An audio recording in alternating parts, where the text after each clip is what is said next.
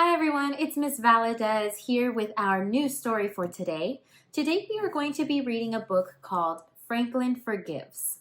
Now, yesterday we discussed feeling angry and what happens when we feel angry. Sometimes it could be because our parents said something that we didn't like or we don't want to do, or maybe we get angry because our younger sibling told us that um, we looked bad, or maybe they did something that made us feel like it hurt our feelings.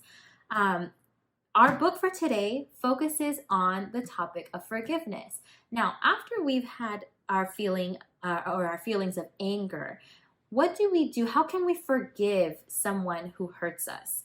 We're going to talk about Franklin in this situation and how his sister did something that hurt him really badly.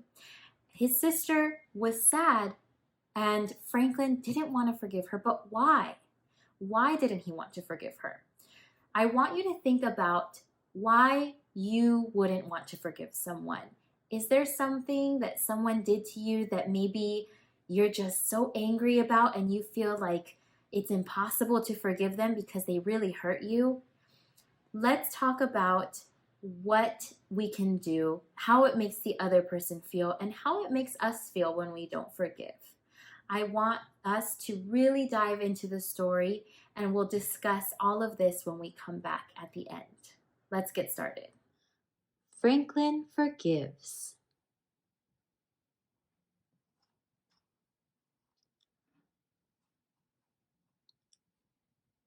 Sometimes Franklin made mistakes. Once, he forgot to water Mr. Mole's garden, and once he broke a promise he had made to Bear. Franklin had learned that saying sorry wasn't always easy, but one day Franklin found out it was even harder to forgive.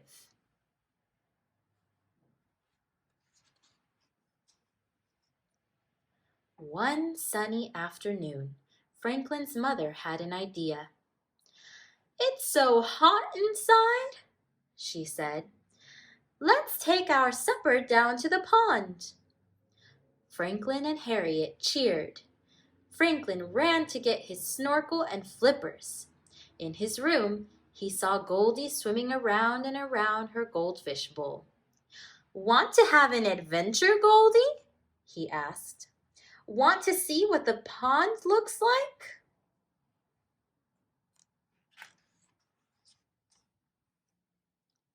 Franklin clutched the goldfish bowl in his arms and walked very carefully all the way to the pond. He found a perfect spot for Goldie. It was in the shade and right at the water's edge. Franklin packed a little sand up around the bowl's bottom and sprinkled some fish food over the top. "There you go, Goldie," said Franklin. "You can have a picnic supper too."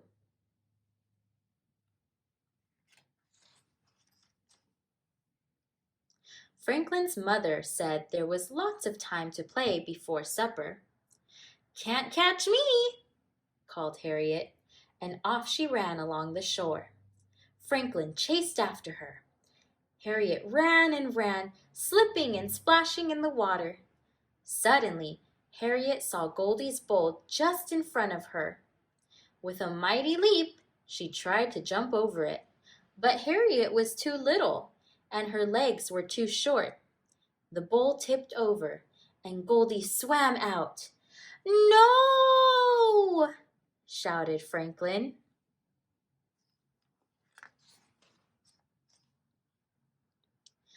Franklin waded into the pool, scooping up handfuls of water.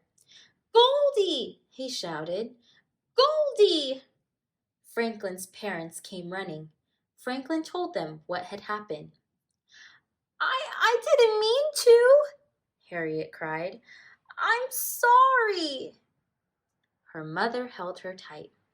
"We know, Harriet," she said. Franklin ignored them. He kept searching for Goldie. Everyone hunted for Goldie until it was almost dark. "We have to go home now," said Franklin's father. No, Franklin declared. I'm not leaving Goldie. You can come back in the morning, replied his mother. I'll come too, Franklin, said Harriet. I'll help you look forever. Franklin turned his back.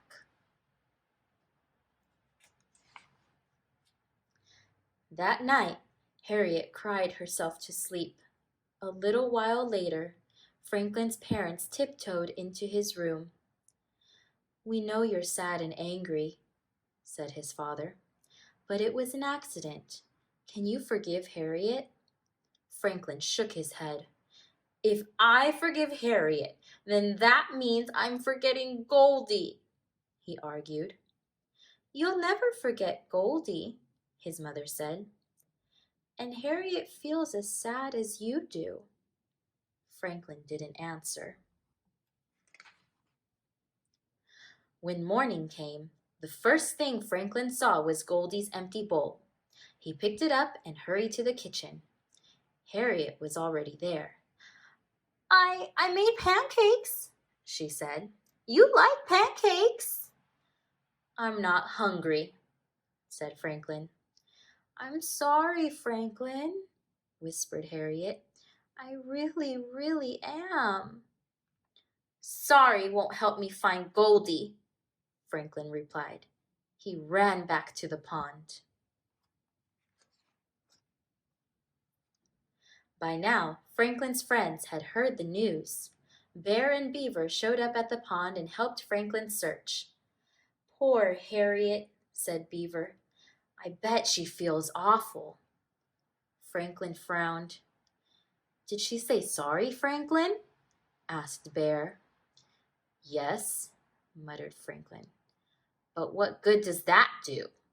He scowled and moved a little way off from his friends. In the afternoon, Franklin's mother found him alone in his room, staring at the empty goldfish bowl. She hugged him and kissed him and let him cry in her arms. I couldn't find Goldie, he sobbed. His mother hugged him tighter. Harriet feels terrible too, she finally said, but Franklin didn't want to listen.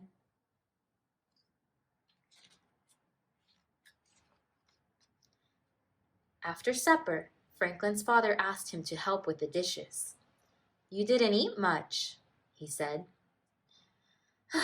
Not hungry, Franklin mumbled. His father put his arm around him. You can't stay mad at Harriet forever. Franklin sighed. I don't like being mad at Harriet, he said. Franklin went to his room. He noticed right away that the goldfish bowl was missing. He marched out to the kitchen. Where's Goldie's bowl? He demanded. Have you seen Harriet? His mother asked at the same time. Harriet! Harriet! Called Franklin's father. Everyone began looking for Harriet.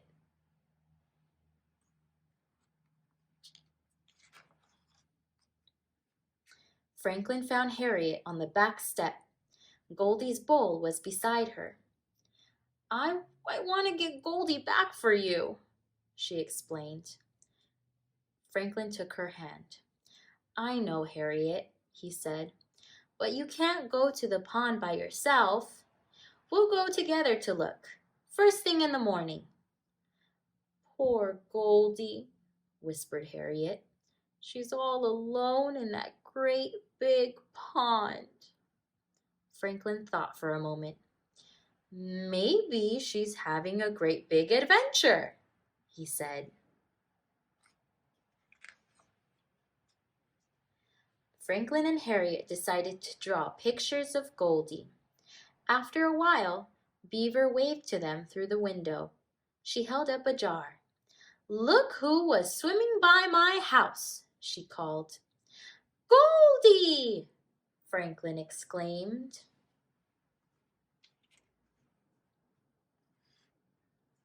After celebrating with cookies and milk and fish treats, it was time for bed.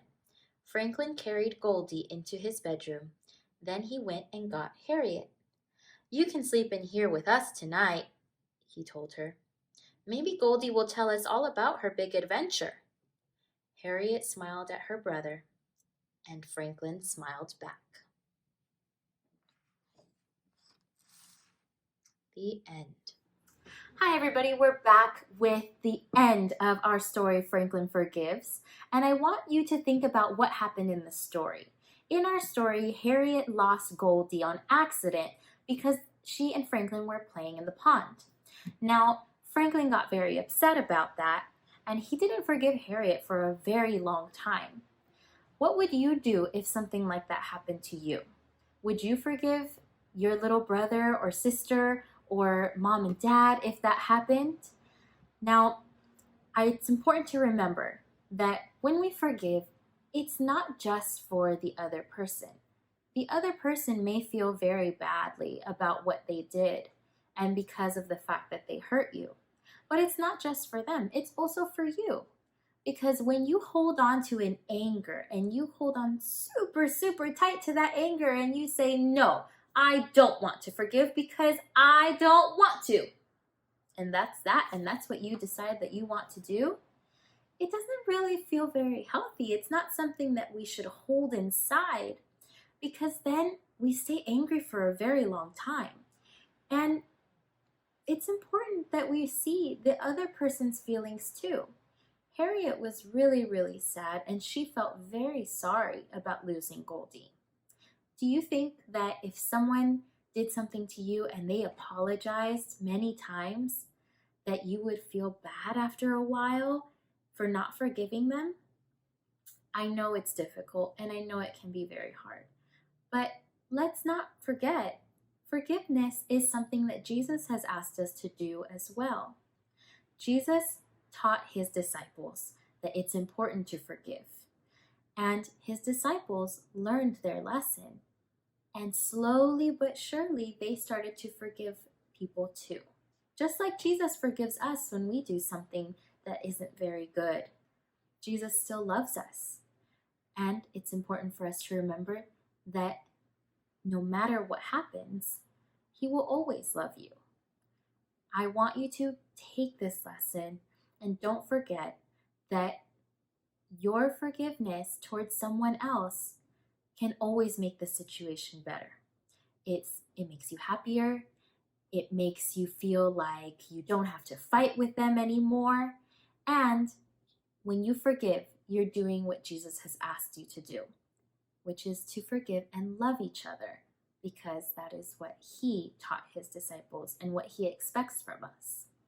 I hope that you've learned the lesson for today, and if you have any questions about anything or you still want to talk about forgiveness with me, just feel free to contact me and I will gladly talk to you about it, okay?